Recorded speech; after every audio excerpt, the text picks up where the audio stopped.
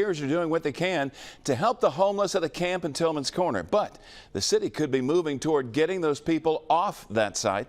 Fox 10 News investigative reporter Brendan Kirby now joining us live outside that camp with more on this story. And Brendan, homelessness continues to be a tough problem to deal with. Yeah, that's right, Byron, it is. And let me show you up that little hill there and into the woods. There's a large homeless encampment.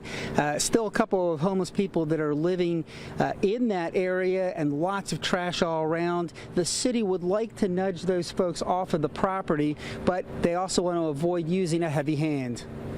On Monday, Tuesday, and Wednesday of last week, volunteers, including some homeless people from other parts of the city, helped carry out trash. But when I returned today, I found plenty of trash still there and at least 2 men living there. That includes Cat Brown, who says he's been homeless most of his life and has lived there 10 years. He didn't want to show us his face, but tells me he's not happy about the prospect of having to leave and blames politicians.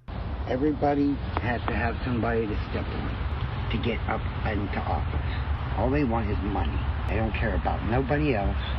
That's all they care about. Elizabeth Chipolich met with volunteers on Tuesday to plot next steps. She says the volunteers made a lot of progress last week, even if it's hard to see for the uninitiated. It's important to know that that camp and that site, all that trash, is a 13-year accumulation of homeless people coming and going and living in that area. Chipolich says part of her group's effort is to give rides to homeless people to services that mostly are concentrated downtown, but she says there are not nearly enough of those resources. Well, the reality is there is nowhere for them to go. There are extremely limited numbers of shelter beds in Mobile. A able-bodied man can sleep 3 nights a month at the Salvation Army shelter. So where do they go? The answer, Chipolich says, often is that they go from a dispersed encampment to a similar one in the same general area. She says more government assistance.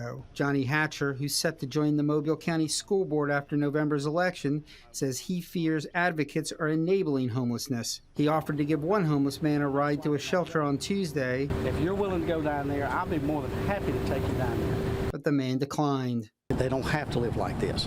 I'm tired of walking around seeing hypodermic needles around there on the streets by my kids' bus stops.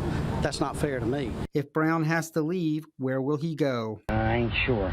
Just gotta find another place.